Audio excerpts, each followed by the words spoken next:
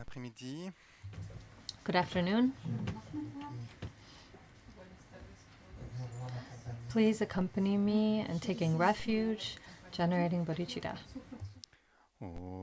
Sanje chodan soje chonam la chanchu pardo dane chapso che dage jinso jibe sunam che rola benchra sanje ro parsho sanje chodan soje chonam la chanchu pardo dane chapso che Jinso jibe sunam chi rola penchira sanj rupa shu sanji chudan suji chonam la chanchu pardo dani chapsu chi dagi sunam chi rola penchira sanji rupa shu simji tamji Devi Jodan Dembar Churchi Dungara Dan Dungara Chi Jodan Trawara Churchi Dungara Mebe Deva Tamba Dan Mindrawara Churchi Nyeri Dan Nebara Churchi Simchi Tamchi Deva Dan Devi Jodan Dembar Churchi Chin Jodan Trawara Churchi Dungara Mebe Deva Tamba Dan Mindrawara Churchi Nyerin Chadan Dan Tarvya Dan Yom Chenpo La Nebara Churchi Chomden De Jambe Yang La Chan Sa Lo Kange lo dre dimnye drenre nyedara namda ram sarve chinye tungun chi jen si chi ni che tokra le bamse kanda si be tsara ma ri muntuma dongre chi sarve ro so kyun la puji ga tar se yan la chu ju yang den song ru dare che ro nyumo ni lo le che cha ro ro ze chen ma ri mu sar dongre nyu ko chinye chun ze ra je na Sachu tarsun yun tena lezo jarse tobu ko chura chotan chuni jenre da lumen sren jambe yang la de. Tseden chuji charaba vizre chi da lu temo mba rap sarane. Kadan tenchu shunlo tokpa ye lo zhu boben hangwa tsar to sor.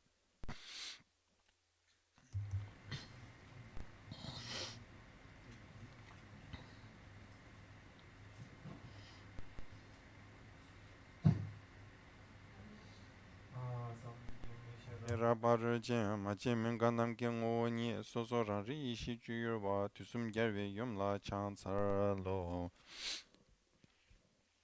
Ainsi ai-je entendu en un. Thus have I heard, once the Glorious One was residing at Vulture's Peak in Rajgriha together with a great assembly of monks and a great assembly of bodhisattvas. At that time, the Glorious One abided evenly in the samadhi of the aspects of phenomena called appearance of the profound. Also at that time, the noble Avalokiteshvara, the Bodhisattva Mahasattva, beholding the practice of the profound perfection of wisdom, observed that even the five aggregates are empty of substance. Then, by the power of the Buddha, the Venerable Shariputra said this to the noble Avalokiteshvara, the Bodhisattva Mahasattva. How should a son of the lineage or a daughter of the lineage train who wishes to practice the profound perfection of wisdom? Addressed in this way, the noble Avalokiteshvara, the Bodhisattva Mahasattva, said this to the venerable son of Sharadvati. Shariputra, the son of the lineage or the daughter of the lineage who wishes to practice the profound perfection of wisdom, should observe in this way. They should view correctly that even the five aggregates are empty of substance. Matter is emptiness. Emptiness is matter. Emptiness is not other than matter. Matter is not other than emptiness. In the same way, feeling, apperception, conditioning, and consciousness are empty. Thus, Shariputra, all phenomena are emptiness, without characteristic, not produced, not ceased, stainless, free from stain, undiminished, unfilled. Therefore, Shariputra, in emptiness there is no matter, no feeling, no apperception, no conditioning, no consciousness, no eye, no ear, no nose, no tongue, no body, no mind, no appearance, no sound, no smell, no taste, no touch, no phenomenon, no I constituent until no mental constituent, up to and including no mental consciousness constituent, no ignorance, no extinction of ignorance until no aging and death, up to and including no extinction of aging and death. There is no suffering, origin, cessation, or path, no wisdom, no attainment, no non-attainment. Therefore, Shariputra, because bodhisattvas have no attainment, they rely on and abide in the perfection of wisdom. Their minds having no obscuration, they have no fear, and passing entirely beyond falsity, they completely pass beyond sorrow. All the Buddhas who abide in the 3 times by relying too on the perfection of wisdom have fully awakened into the unsurpassable, true and complete enlightenment. Therefore, the mantra of perfection of wisdom is the mantra of great insight, the mantra of the unsurpassable, the mantra peering with the peerless, the mantra that thoroughly pacifies all suffering. Because it does not deceive, it should be known to be true. The mantra of perfection of wisdom is stated, Teata Om Gate Gate Paragate Parasamgate Bodhisvaha. Shariputra, in that way, bodhisattva mahasattvas should train in the profound perfection of wisdom. Then the glorious one arose from that samadhi and praised the noble Avalokiteshvara, the bodhisattva mahasattva. Well done, son of the lineage, it is like that. Son of the lineage, it is like that. Just as you have taught it, the profound perfection of wisdom should be practiced. Even the Tathagatas admire it. After the glorious one had thus spoken, the venerable son of Sharadvati, the Bodhisattva, Mahasattva, Avalokiteshvara, and all of those surrounding, and the entire world with its gods, humans, demigods, and Gandharvas, in admiration, praised the words of the glorious one. Teata Om Gate Gate Paragate Parasamgate Bodhisaha.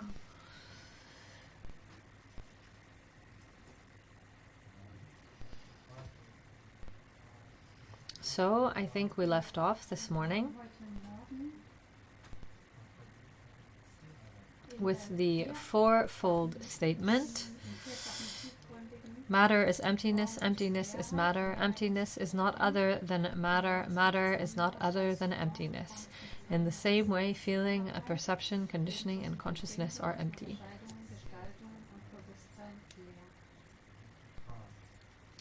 So, out of the sutra, this is probably the most well-known of the Great Vehicle, and probably this is the most well-known part, this 4-fold affirmation. This morning we considered a bit the meaning of matter is emptiness, and what does emptiness mean? Emptiness we can understand to mean the absence of being in and of itself. Being in and of itself, or substance, what makes it that a thing is, in short, that we can hold to it as something that exists on its own. In other words, in our relationship to phenomena, the fact that we take appearances as they appear to be true and established according to their appearance. Emptiness is the negation of this, that phenomena are not truly established as they appear,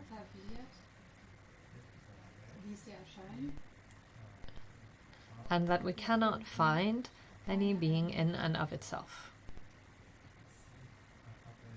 Here, via analysis, as we in part we carried out this analysis this morning. If phenomena exist, then they must come to exist. However, what is manifest, depending on causes and conditions, which are mutually dependent, is not an entity that has been produced by another substantial entity as itself a substantial entity, nor is it produced by itself, nor based on both or nothing. So we can see that phenomena are without birth, without essence, without basis, that without a basis that is indivisible. We may also think, okay, there are appearances, but these appearances are only appearances, but they appear based on something that isn't itself appearance, that is substantially established. But if we look for this adjacent reality in terms of a physical particle or consciousness, mind, as a substantially established entity, we won't be able to observe it, we won't be able to find it. We cannot find a reality that is dependent, in other words, reality being an appearance that depends on something else that is itself established as an entity. So in this sense, matter is emptiness, emptiness is matter. We saw that matter, appearance, the appearance of matter, what appears as matter is free of being in and of itself, empty of being in and of itself, and this absence of being in and of itself is this something that exists, an absence that is a separate entity. So to avoid this point or this pitfall, then there is this statement, emptiness is matter. Emptiness is not something that is separate from matter. It's not something that we can reify.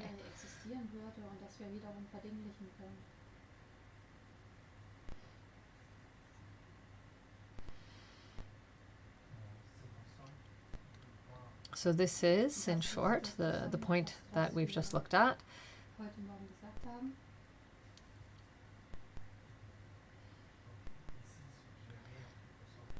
So here, there's a suggestion of non-separation. Phenomena that are only appearance do not rely on some kind of being in and of itself that itself is perfectly established, that we can reify. We might think, okay, appearances are not real, but they're based on an independent reality that exists in and of itself. We might reify emptiness, but emptiness is not something that can be found independently. It's not something established as a substance. Emptiness is emptiness. And more specifically, in the formulation of these sentences, matter is emptiness, emptiness is matter. They do not exist separately. Emptiness is just reality. It is the reality of matter. It's not a separate reality.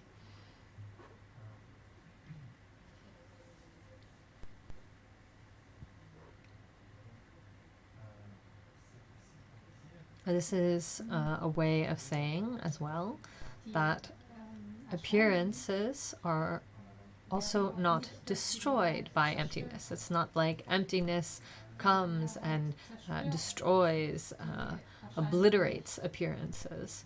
Appearances matter, they're manifest due to the fact that they are emptiness. This is simply reality. This is the reality of matter. The important point to kind of sum up this subject is the relationship between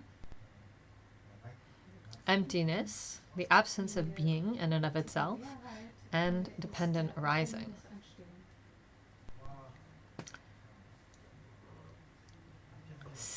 Affirming emptiness, we can say, is not a negation of appearances. It is not a rejection of causality or the causality that brings about phenomena, or by which phenomena appearances are manifest. If we understand the points that we covered this morning, that phenomena do not appear from themselves or from another or from both or from nothing, that in this sense they are not established, they are not produced with being in and of itself.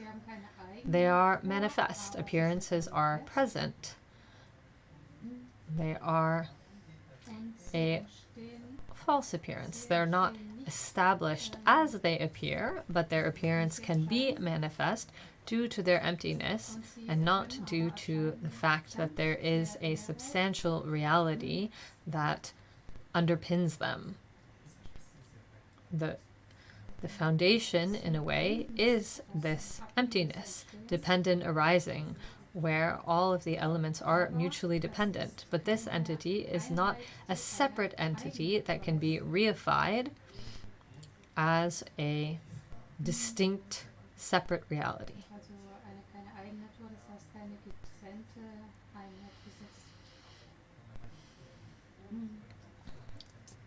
Emptiness is not other than matter. Matter is not other than emptiness. So here we can also speak about commentaries offer different readings of this subject. A lot of things have been said about these 4 points. We also previously talked about, but we can look at this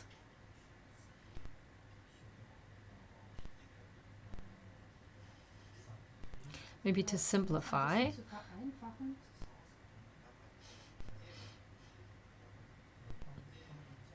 The first point is understanding that there is no difference between dependent arising and emptiness. If we understand dependent arising, then we understand emptiness. Understanding emptiness is also understanding dependent arising. They are not separate entities. And what is dependent arising does not have a reality that holds it up. What I'm trying to explain, what I was trying to explain the other day, is about this mutual dependency between cause and effect. They depend on each other. We can see in this that there is no entity that stands on its own with any kind of being in and of itself.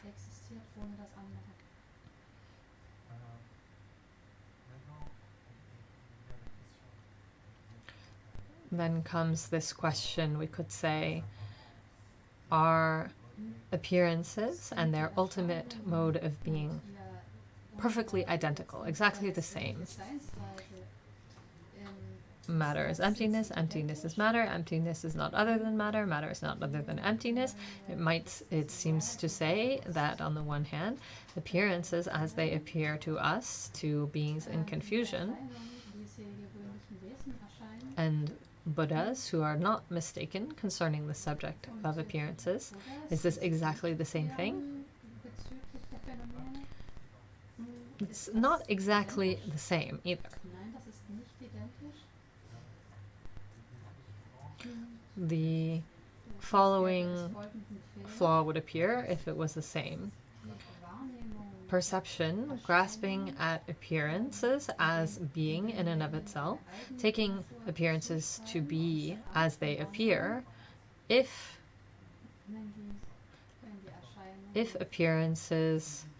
grasping at appearances was the same thing as perceiving reality, then sentient beings in confusion, when they perceive phenomena, they would see their emptiness and would then be liberated. If they were exactly the same thing, then the Buddha, though he sees emptiness, he would still be in grasping and would not be liberated. So it's not exactly the same thing either, but also not separate. We talk about two truths. The two truths are not two completely distinct entities. This is what's pointed here with this phrase, emptiness is not other than matter, matter is not other than emptiness. That's what's suggested here. Sometimes we think, well, okay, there's ultimate truth, and that's the ultimate mode of being of phenomena, and then relative truth is how phenomena appear to beings in confusion. Perhaps to define these terms, paramarta satya tuntam chitenpa, that's the ultimate truth, and then samavritti satya kunsop kitenpa, relative truth.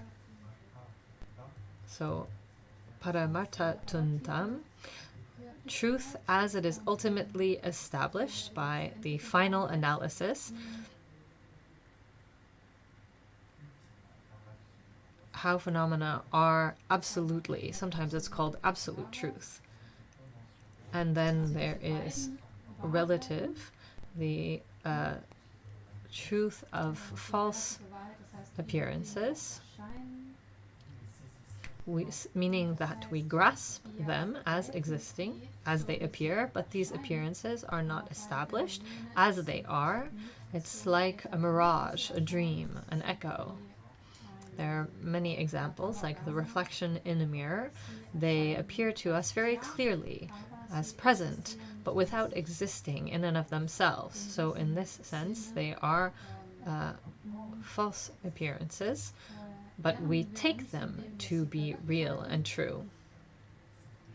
This is samvritti or kunsop, false appearances, semblances, false semblances, we could say. Nevertheless, there is an effective causality, efficient causality. There is this functionality, even if it is not established in and of itself. These two truths, we can imagine that they concern two dimensions in a way, two separate things. But they are not separate. Simply, ultimate truth is reality,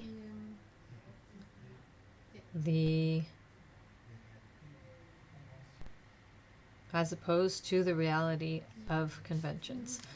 Conventions come from the fact that we don't recognize reality as it is. So these are two facets of the same reality.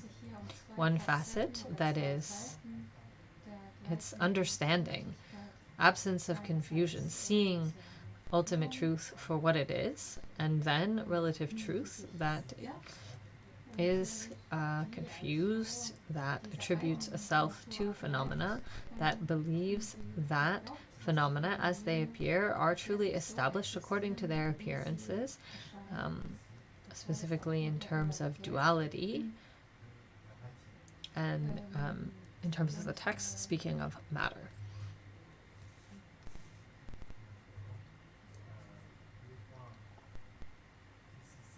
The point here is that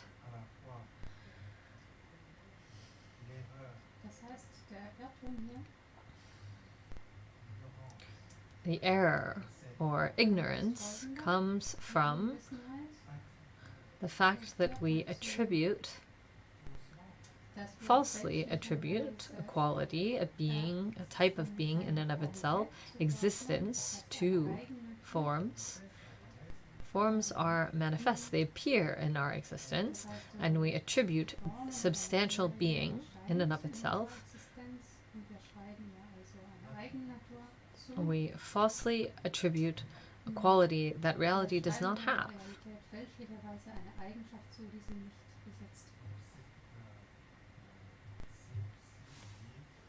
This is also connected with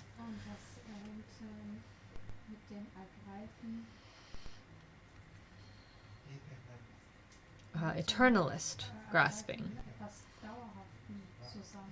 And the idea that things exist. And this is in a certain way dissipated by saying that matter is emptiness. This being in and of itself, that is superposed,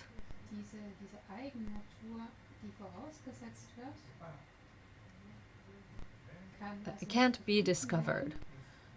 But then, is matter completely destroyed, obliterated? Have we found then nothingness? And this nothingness is a denial. It's also a misunderstanding. We are reifying an absence. This is also not established. And so this is also avoided by this explanation that emptiness is matter. Emptiness is not other than matter. Matter is not other than emptiness, rather.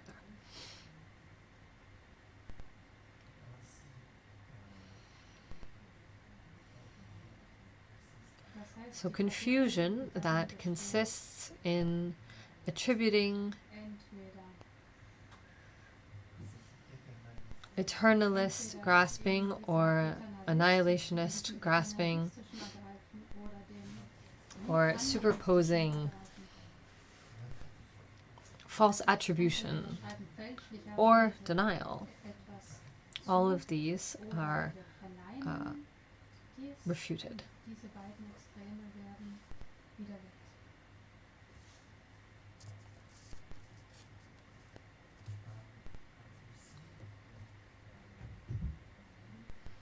Also, we saw that emptiness cannot be seen here as some kind of being in and of itself, an ultimate being that is an entity, because this does not exist independently from appearances. So, first, matter is presented here among the 5 aggregates. Physical matter, body,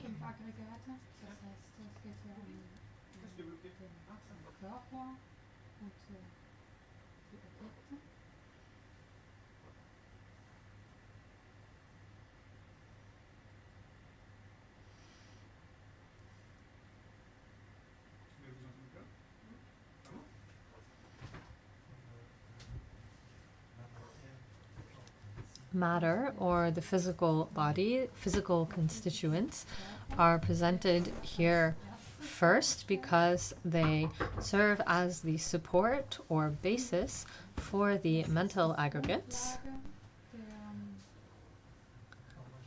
If the most tangible, obvious, if we can see that this is emptiness, then it's easier to understand the emptiness of that which is intangible,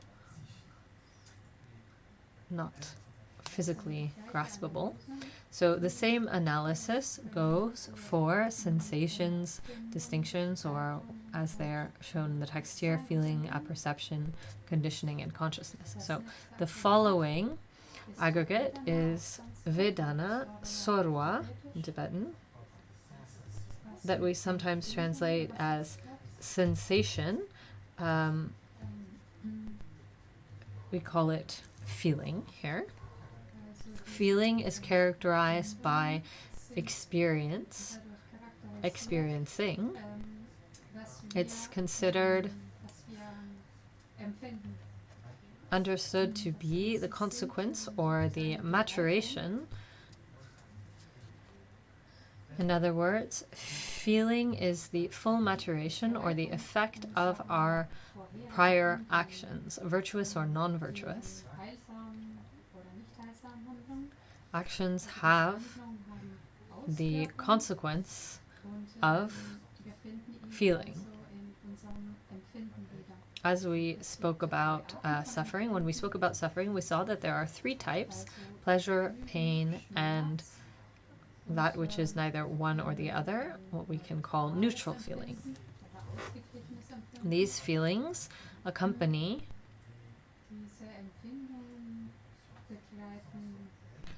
the sense consciousnesses as well as mental consciousness. Then comes what we're calling here apperception, samcha, dushe in Tibetan. Dushe, sometimes translated as mental representation, discrimination, distinction.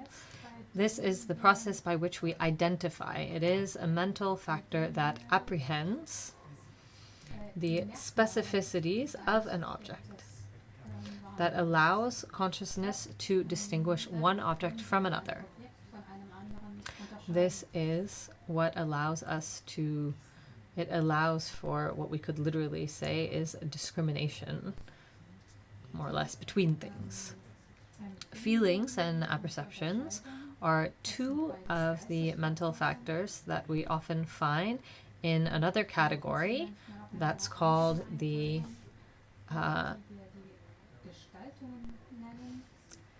conditioning phenomena or conditioning.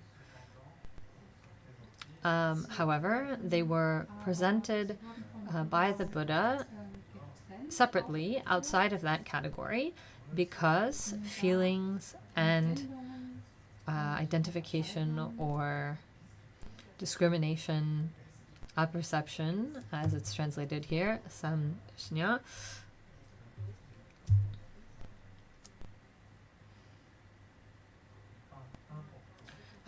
they play an important part in our daily life, in our lives. These two are the basis for many of our worries and problems.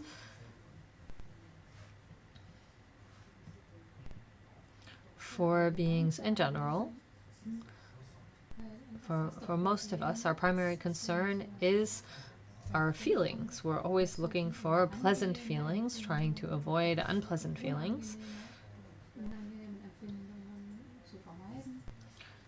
And then discrimination, identification, causes attachment, leads to the creation of our opinions, our views. It brings about discord, disagreement, the mentality of the French versus other countries or other people, the way that they identify or think about the world. This is samchnya. So these two are, in a certain sense, also causes for rebirth. They are part of what we call the chaita, mental factors or mental events.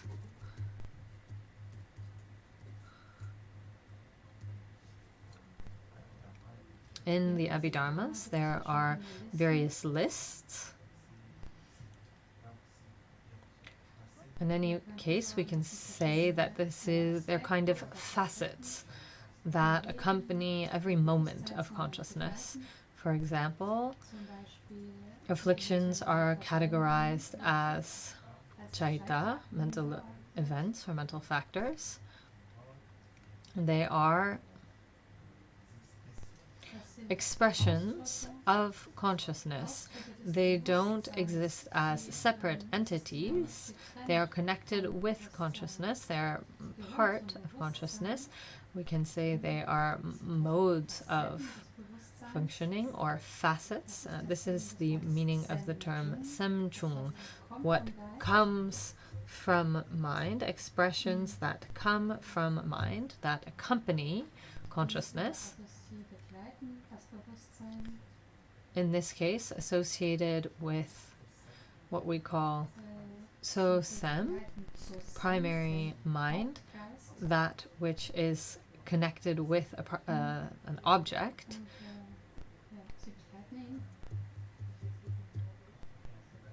So here's a little glimpse into the Abhidharma. So those that was a brief look at the mental factors or mental events. And these are all included in the conditioning factors.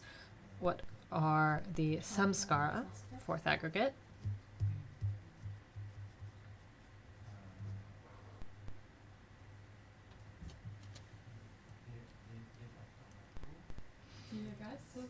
So there are, here we find the mental factors, but also non-associated factors, the ideas of the faculties, the notion of an individual, of time. And then the fifth aggregate, consciousness, vijnana. First, what we call the 6 consciousnesses, the 5 sense consciousnesses, the 6th is the mental consciousness. In the Mahayana, this 6th consciousness is broken down even further. There are other aspects that are mentioned. We can find 8 consciousnesses, the afflictive consciousness and the basis for all consciousness. Klishta Manas, Klishi, and then Alaya Vishnana.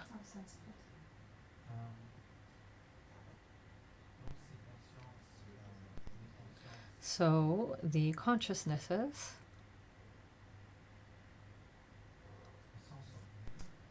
the sense consciousnesses are non-conceptual, always non-conceptual. Mental consciousness can be conceptual or non-conceptual. So here it is affirmed that the 5 aggregates are emptiness. We can repeat this phrase.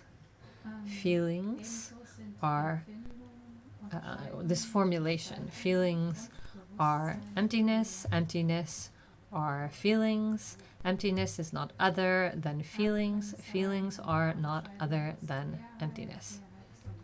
We can repeat this same expression for each of the 4 other aggregates.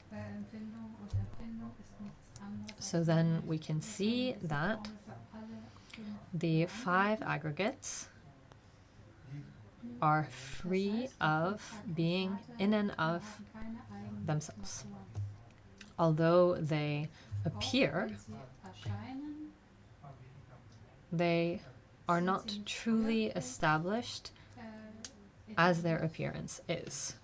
They are empty of substantial reality.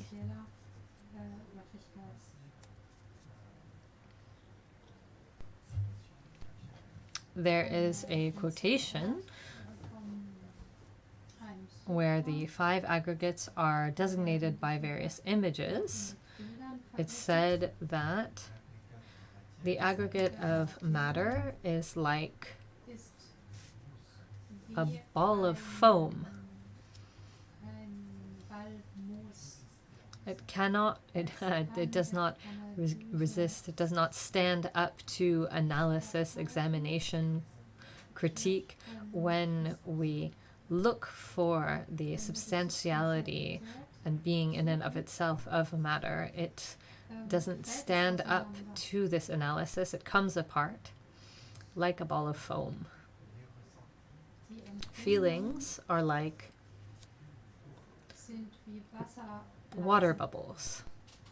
All feelings are impermanent, momentary. They have no substantial reality. Although they manifest, they don't truly exist in the way that they appear. Apperceptions or distinctions are like mirages because they come from, or this concerns, falsely identifying or mistakenly identifying. This is a mistaken conclusion or idea brought about by desire attachment.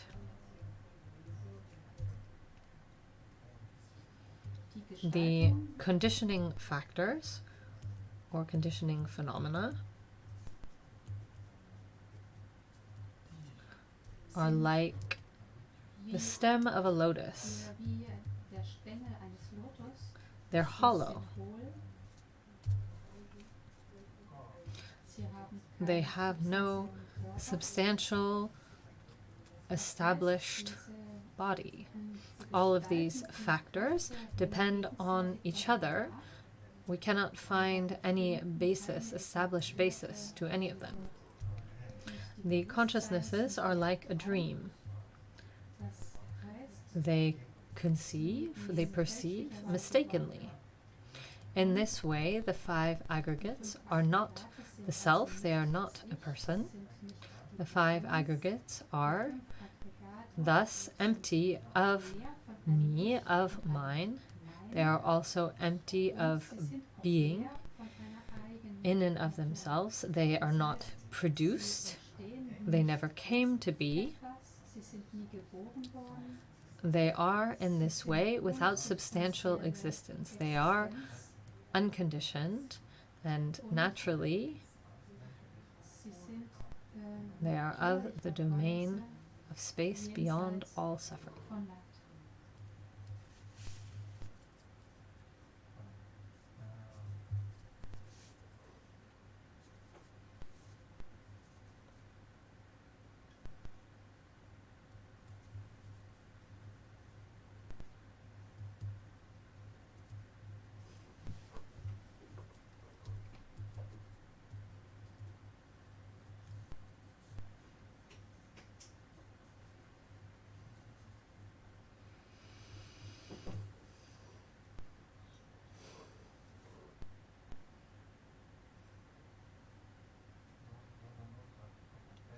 In another commentary,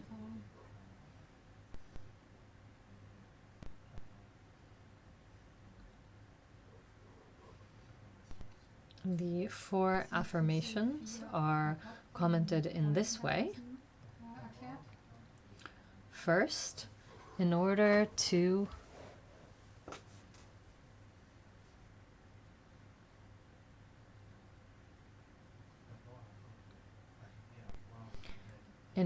be able to see the reality of phenomena as being free from being in and of itself, we need to carry out minutious examination of outer and inner phenomena. This examination will yield or bring about a mind that is able to settle into a meditative state that is even, that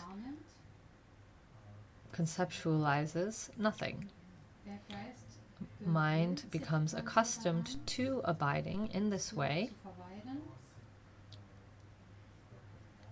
in this meditative absorption that simply observes mind that is naturally felicity and clarity. Then, following this observation,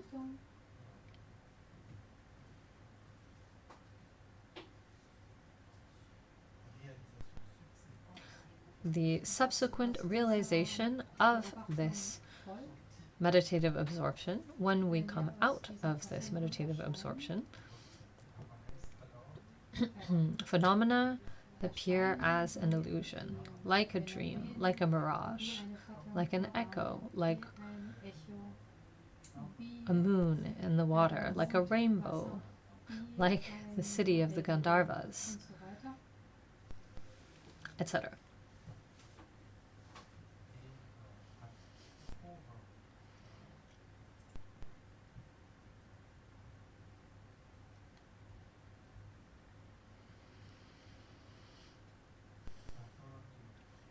In order to show the union of the variety of phenomena and emptiness, it is expressed in the text. Matter is emptiness, emptiness is matter, emptiness is not other than matter, matter is not other than emptiness.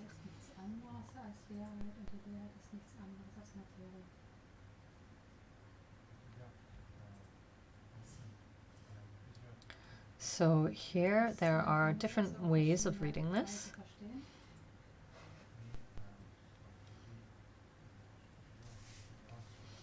I'll leave it here for this point because we've already discussed this quite a bit. For those who are considering this text for the first time, if you have questions, I'd be happy, or at least to try to answer. There are some questions from the internet, those who are following us online. Can we compare this definition of emptiness with the Bogdanov brothers' hypothesis, reality as seen as a film? If we take the DVD out of the reader, then it no longer exists.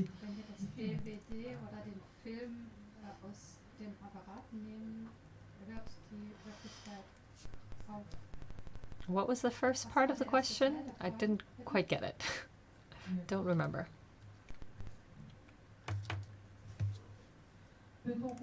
Can we compare this definition of emptiness with the hypothesis of the Bogdanov brothers, reality seen as a film? So if we take the DVD out, then there's nothing. Reality seen as a film.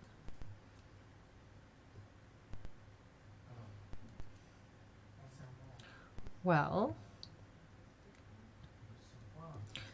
concerning this point that we just looked at, this image is given. For example, this image that appearances are like the appearances of a movie, like a reflection in a mirror, like the moon reflecting in water. These are examples of things. When we perceive an appearance that is clearly visible, but it's not established in that we can see, is not established in and of itself. So, of course, we can see that when we see the moon reflected in the water, it's not the moon. The moon is not in the water. We know that when we see our face in the mirror, we're not in the mirror. These are things that we understand. But this doesn't prevent them from manifesting.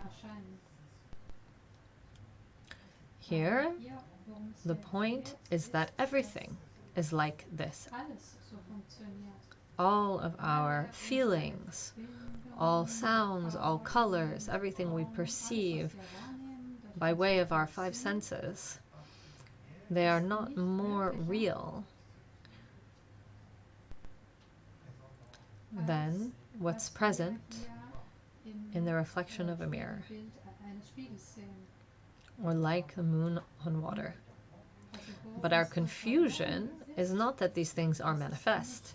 It's our grasping, our belief in this reality as existing in and of itself.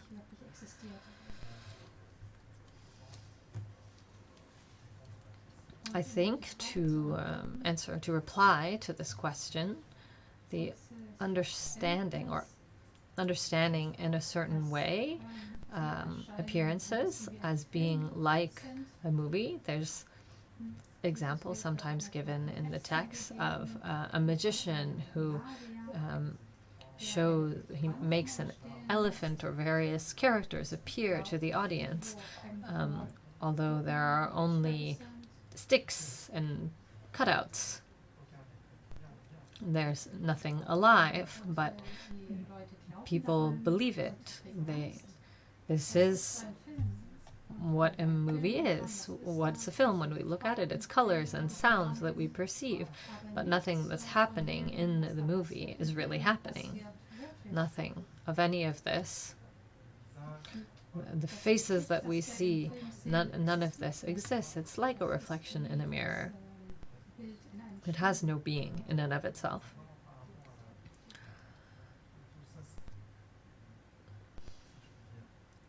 So that is, if I may say, an observation that corresponds with what is taught. Nevertheless, it's important to beware of reifying, of saying, okay, if we take the DVD out of the player, then there's nothing. This would be reifying a kind of vacuum that would melt down all appearances.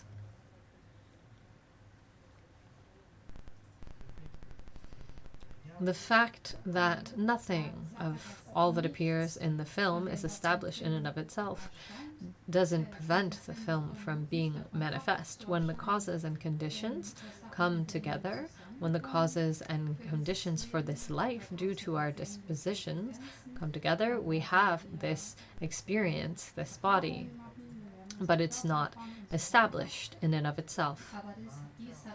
We maintain this illusion due to our belief in this reality, but if we see its reality as it is, in other words, empty of truth, that it's not established in and of itself, because there is no substance. We can look and examine, but we won't find its true existence. It's just an appearance. It's something that we can be free from. We can be free from this grasping, and then from the perpetuation of confusion. But beyond confusion is not something to think about in terms of obliteration, as though suddenly some people imagine that somehow with a partial understanding or an incomplete understanding of the teachings, people think that a Buddhist practitioner seeks a kind of obliteration.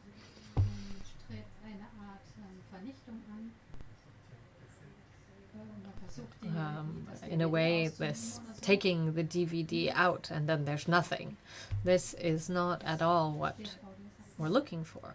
What is sought is fully actualizing the capacities of one's mind, bringing our capacity for intelligence to its highest degree.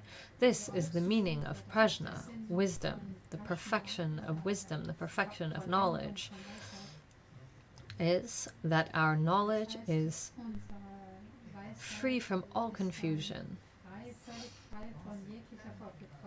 And then, in this quality, which is the original quality of mind, then all afflictions, all suffering, all feelings and illusions that affect us, we're free of them.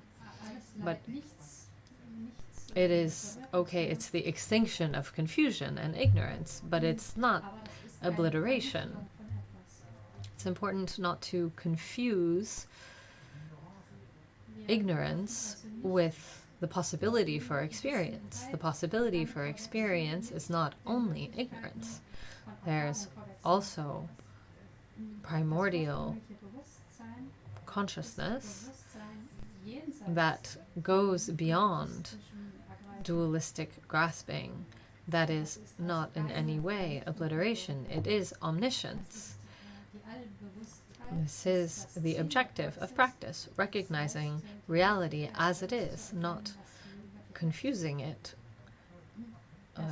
This omniscience knows that reality, that phenomena can appear, but it is not at all in confusion. It's not a kind of obliteration, a nothingness. Another question.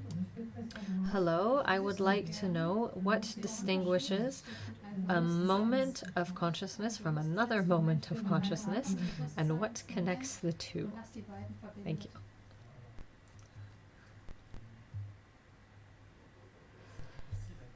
It's difficult to say what is a moment of consciousness, because when we say a moment, This supposes that there is a duration that cannot be reduced. It cannot be made any smaller. If there were a moment of consciousness that were substantially established with a minimal duration, then there could be no change.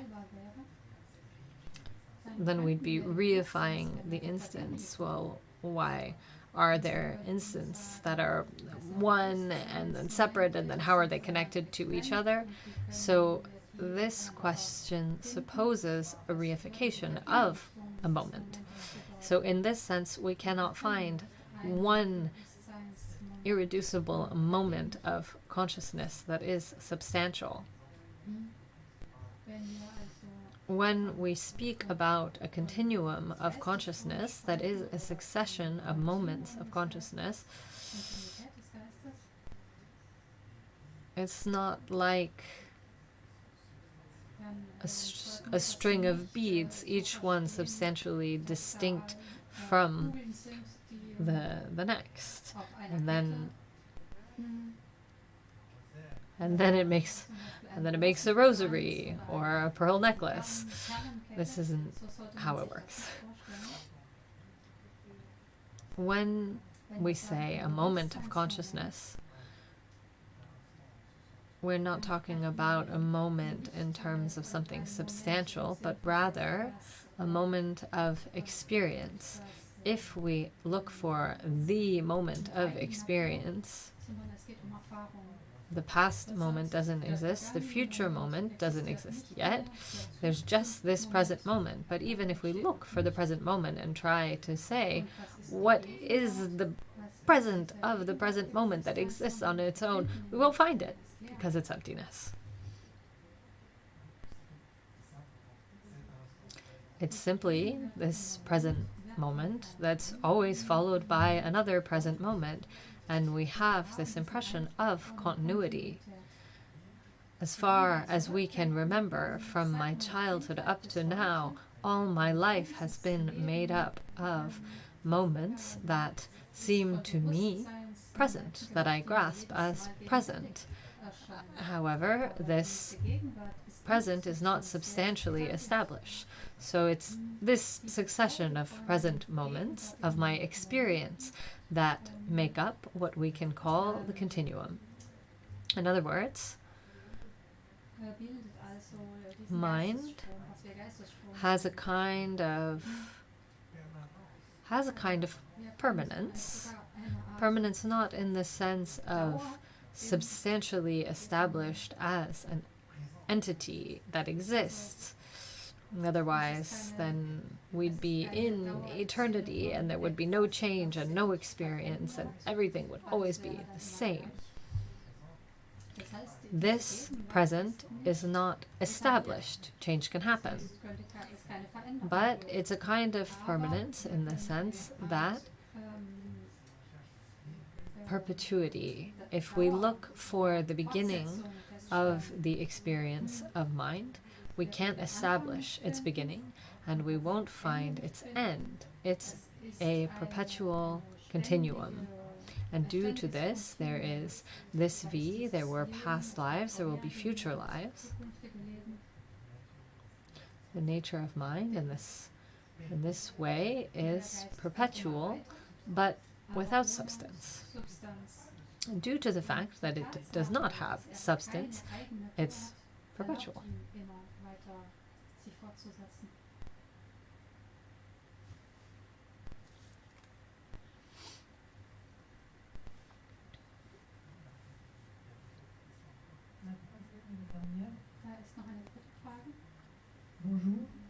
Hello, what is primordial consciousness?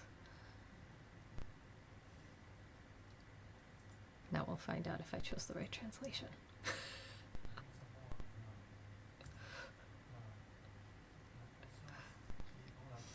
So we have consciousness that is confused. We call it mental consciousness.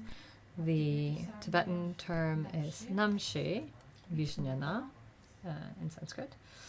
That's how we find it in the context of the five aggregates. the sense consciousnesses, the mental consciousness, this implies duality of subject and object. That is ordinary consciousness, the expression of confusion, consciousness in confusion, if you will. And when we talk about primordial consciousness, this is trying to discern consciousness free from this confusion of duality, consciousness in its original reality, a temporal reality in its most fundamental quality. This is what is called primordial. Yesterday, we spoke about two aspects of mind, one that is soiled or in confusion, contaminated, we could say, and then there's an aspect that is free from all confusion, from all contamination. There's also Buddha nature, primordial consciousness. There are various terms used in Buddhist literature. Regardless, here this concerns orienting ourselves toward the quality of mind in its original reality that is free from grasping, free from dualistic grasping, free from all confusion.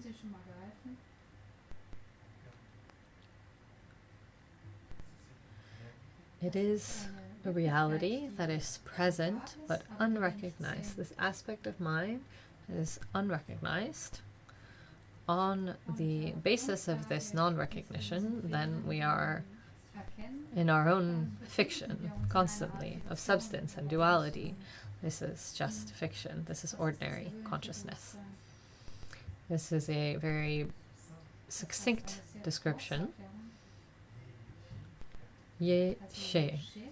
In Tibetan, ye reflects the idea of original, fundamental, atemporal, and she simply means knowledge, knowing, cognition, knowing.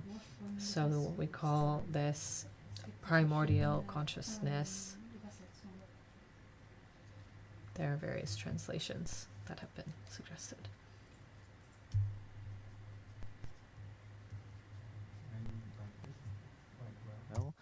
Because you mentioned we have different consciousness and we have also sensual consciousnesses which are without concepts.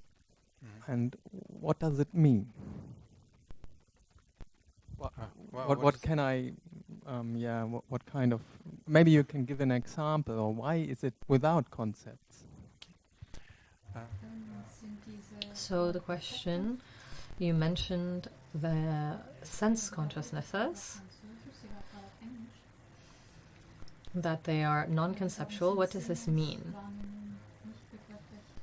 The sense consciousnesses, so this is connected with perception, visual perception, for example.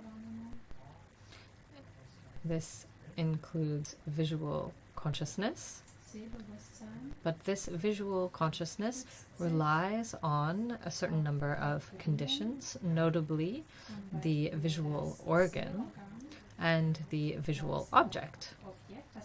So then there is visual consciousness. This visual consciousness is not the same thing as auditory consciousness. Auditory consciousness has a distinct object, a distinct organ, sounds, hearing.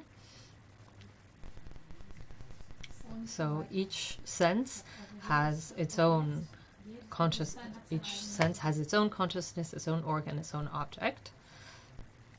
The visual consciousness itself does not discriminate. It doesn't conceive visually. For example, when all forms and colors are manifest at the same time. And visual consciousness does not see In short, it doesn't grasp red from blue. Red, blue, everything is present. It is mental consciousness that conceptualizes, that discriminates. That's red, that's green.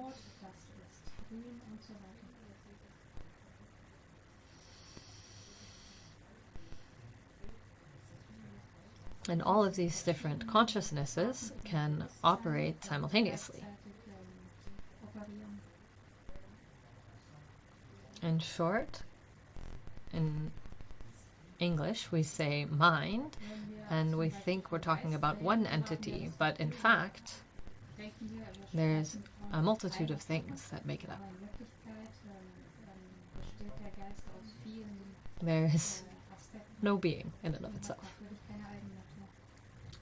Hello, Rinpoche. I have a question that's a bit from left field concerning what we've been talking about, but this concerns the translation.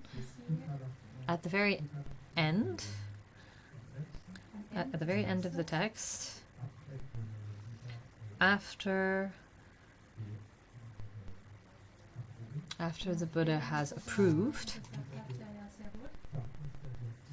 you said,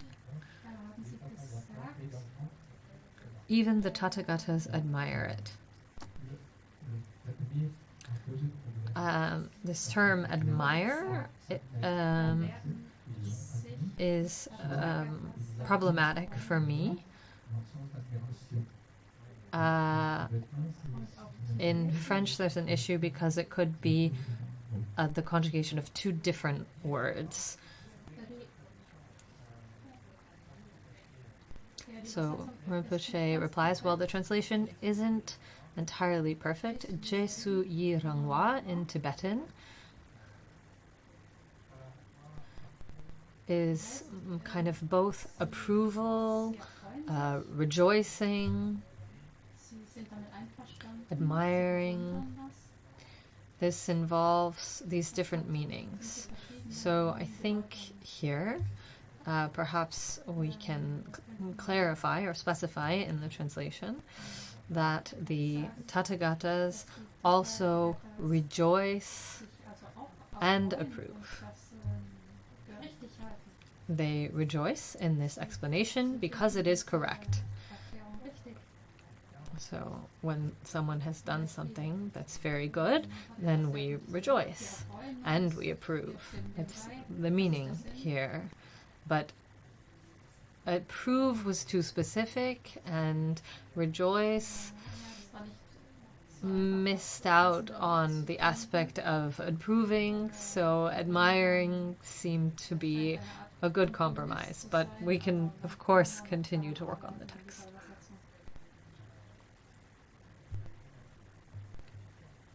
There was somebody at the back there.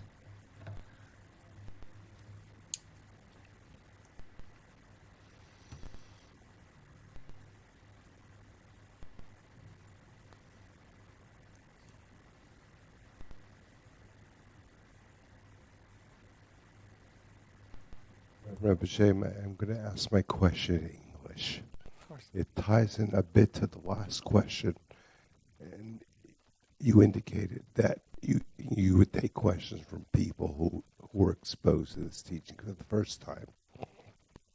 This is actually the second time I've been exposed to this teaching. The first time it was in a much shorter version of the Heart Sutra, without what you've characterized as the prologue and the epilogue. And the prior question was about the epilogue.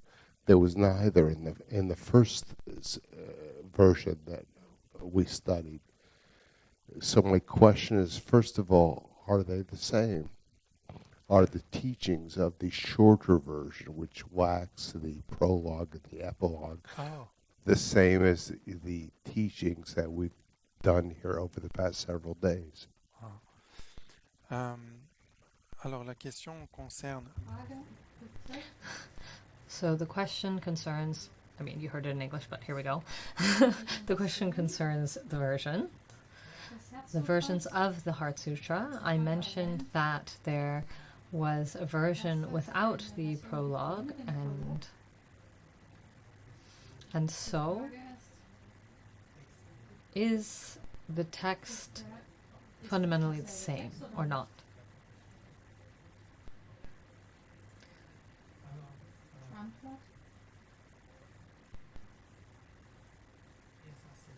Essentially, the teaching is the same. It's the same teaching, with the same presentation on emptiness. It's just a question of, well, the prologue and the epilogue, they shed light on the context, and also a bit longer to recite it. So if we just want to recite the essential of the text, then of course we can focus on reciting Avalokiteshvara's reply, which contains the teaching. It is said that for individuals of higher capacity, it suffices to hear the mantra, Teyata Om Gate Gate Paragate Parasam Gate Bodhisvaha. This is enough to understand the perfection of wisdom. And then there's even a shorter version, the shortest version of the perfection of wisdom, which is a single syllable. This is the syllable A. In the syllable A, the whole of the perfection of wisdom is expressed.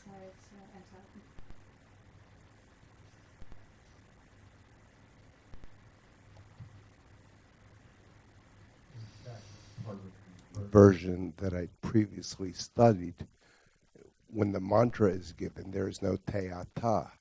Yes. Gate gate. It's just, it starts with gate gate paragate versa gate bodhisoha. Yes. As I understand, teata was, perhaps it was there originally to add balance to the soha at the end of the mantra. So, donc le terme. The term Teata is not in certain texts, and we just find the mantra Gate Gate, and the questioner's understanding is that the Teata was added for the balance of the mantra. And then Rinpoche replies, Teata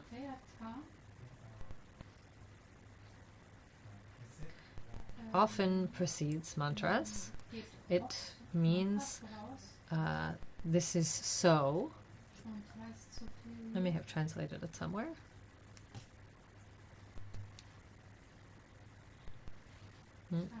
Not in the translation.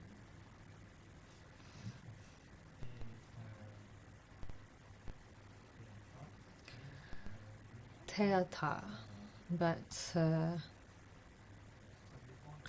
it depends on the editions of the text as well. Here we used the Derge edition, and in fact there isn't the Om in the Derge edition, but it's appropriate to put the Om in front of, at the beginning of the mantra. It is a combination of 3 sounds that represent body, speech, and mind.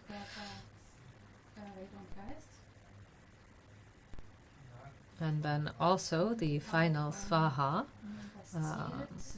Often the mantras are contained within these, the Om at the beginning and the Svaha at the end. The essential part of the mantra is Gate Gate Paragate Parasam Gate Bodhi.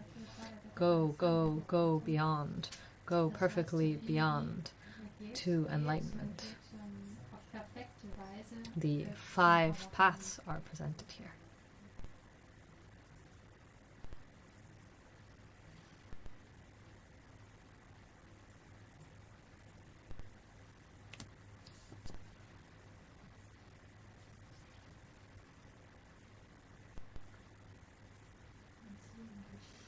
Thank you, Rinpoche. I just have a little question on emptiness. You said emptiness is matter. So emptiness is light? Can we say that emptiness is light? We talk a lot about light.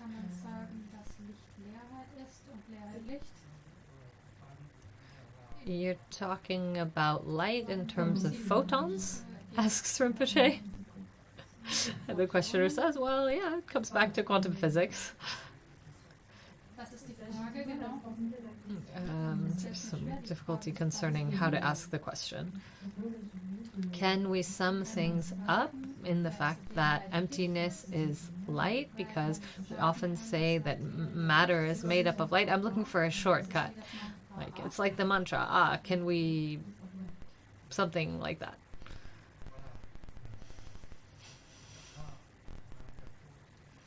Here we're intercutting with perception. In fact, I think we might be making things longer. However we understand matter, when we examine this understanding and we try to examine our observation of matter and this looking for the being in and of itself of matter, whatever our theory or explanation of matter is, it's emptiness. If we think that matter appearance, in your case, we're saying the appearance of matter isn't really matter. Matter in reality is light. For me, reality is made up of light. It seems like this is the finality of matter, light. So then light would be the thing that establishes matter, that allows for matter to be established. For others it might be God, for others it might be consciousness, for others it might be the theory of chords. There's something else that establishes. But whatever it is that establishes, is it something that appeared from something else, from itself, or from both, from nothing? We can apply this. When we look for the basis of matter, we don't find anything established. It remains emptiness.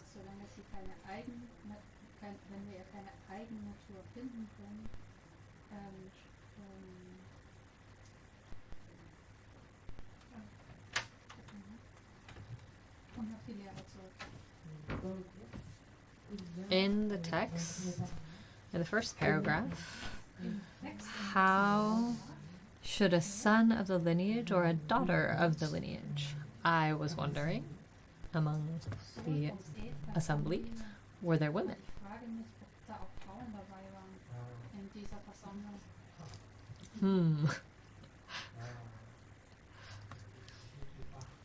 I wasn't there, Rinpoche says. I don't remember if I was there. I must have been an insect or something like that. I couldn't distinguish. I don't know. It's difficult to say. In any case, the nature of mind has no gender, neither woman nor man, neither male nor female. What we perceive relatively in our present condition, man or woman, whether we're rich or poor, young or old, nothing prevents us from progressing on the path to enlightenment, to enter into contact with the Dharma. Of course, there are conditions that are much more difficult, and when good conditions haven't come together, when our mental conditions, sometimes the mental conditions are present, but the physical conditions are not. We can have all kinds of conditions that make it harder to be able to understand and practice. This is why it's very important today to appreciate the favorable conditions that we have and not waste them.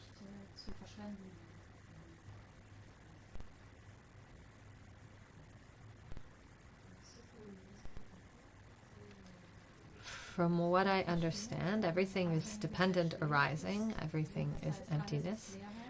Is there anything that's not emptiness? Well, what we affirmed is that from matter all the way up to omniscience, everything is free of being in and of itself. Doesn't mean, you can look. You should look. And find out.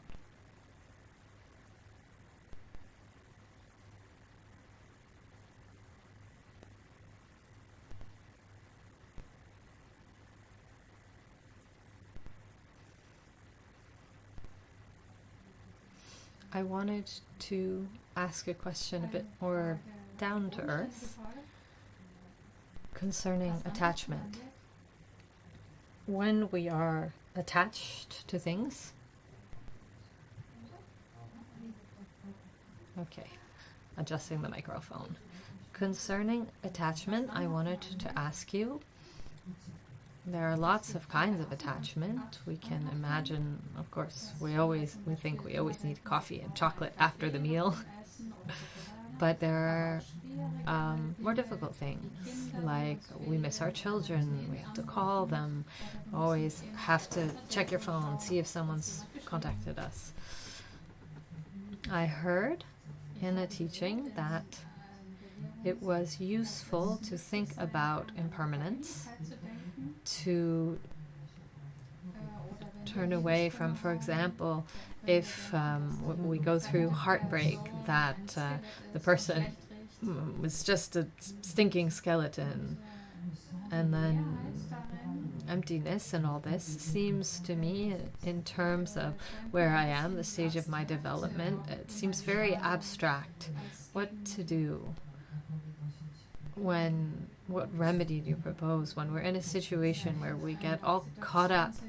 How do we get ourselves back together, pull ourselves back together, and get some perspective from our emotions when we miss someone, or when we're worried about something, when we absolutely need some chocolate or the earth is going to stop spinning?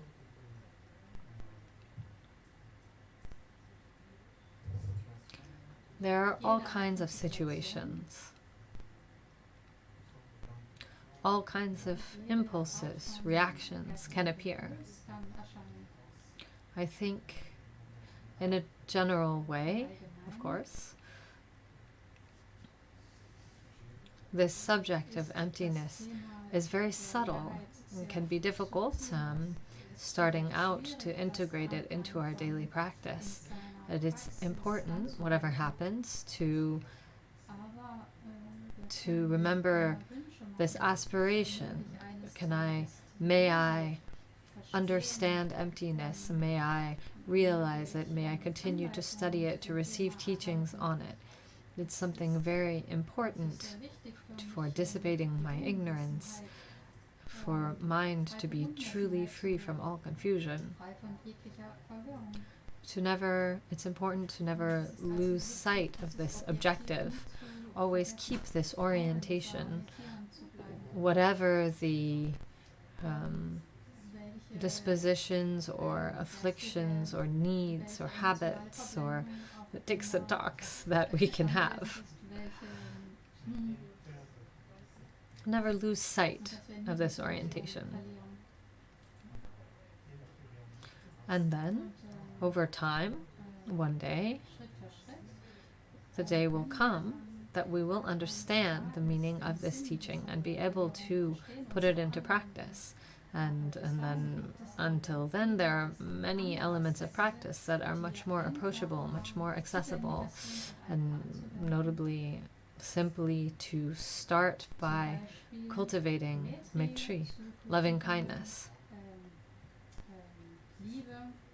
This is something, when we worry about others. Is it out of desire for ourselves, or is it really out of kindness?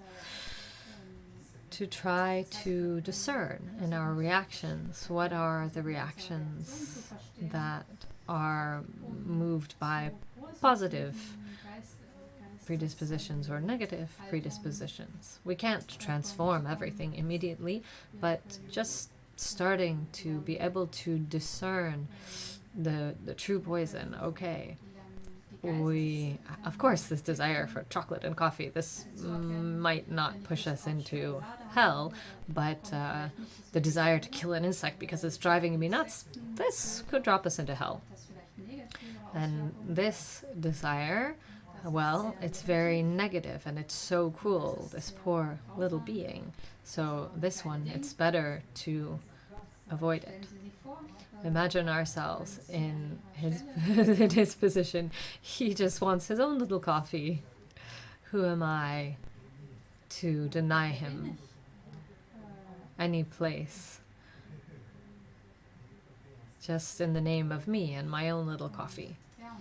So also, out of kindness, respect life, respect other sentient beings. And if we can do this, then we protect ourselves from cultivating aversion and especially harmful actions that have the most serious consequences for ourselves. And over time, because we have gotten a taste of calm and the benefits of this attitude of kindness, then we have greater and greater confidence in it. And a day will come that we experience greater pleasure in offering our coffee to someone than drinking it ourselves.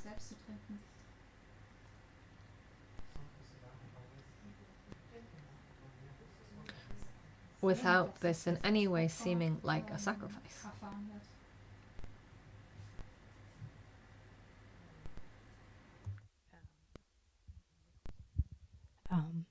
Thank you for these teachings. You're most welcome. Over the past few days, I realized how lucky we were to be here for these teachings. Okay. To be here with you, having been here also with His Holiness, and how that past merit has come together to bring us here. And then I realized the 12 links of interdependent origination, and how important it was that each and every step of the way, that bit of merit brought me here, and how fleeting that can be. So my question is, can you speak to us a little in regards to wishes and making wishes in the future, and how important that is as far as being able to be here again with you?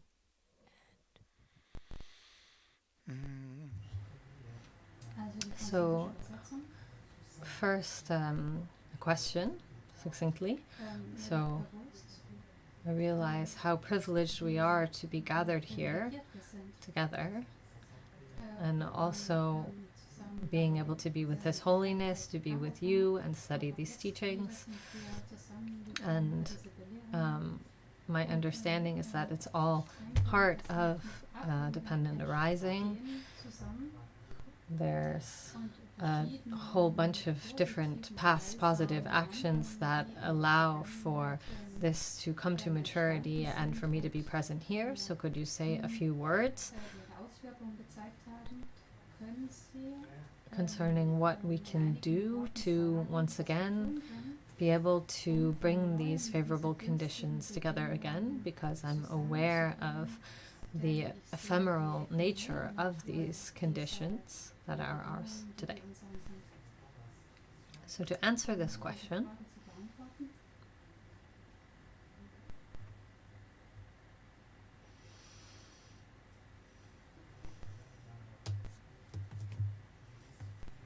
there are several things that it's important to try to bring together,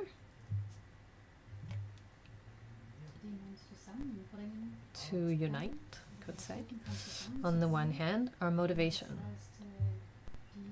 As I said earlier, to always keep in mind this very sincere determination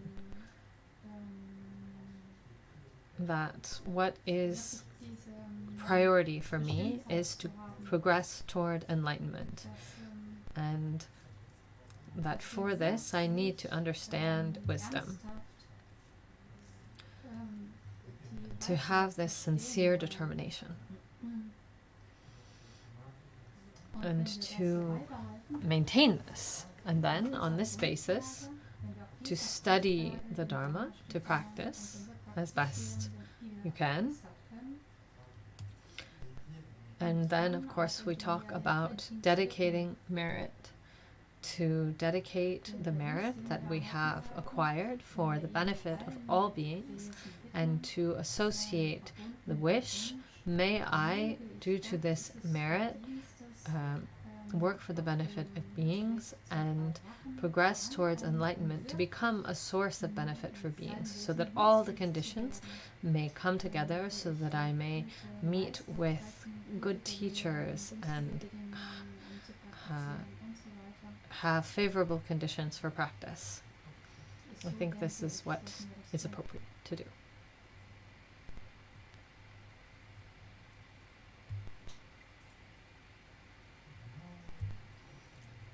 I think our time for today has come to an end, impermanence. Thank you for your attention. And please accompany me in dedicating merit and also associate the wishes mentioned here. Sonam di tamchi zibani toni nyebe ranam pamchi chega naje balab chubai sibe tsole jowa jowara sho changchu simcho rimboche mache panam chejurichi cheba nyamba mepa to konne konto pewara sho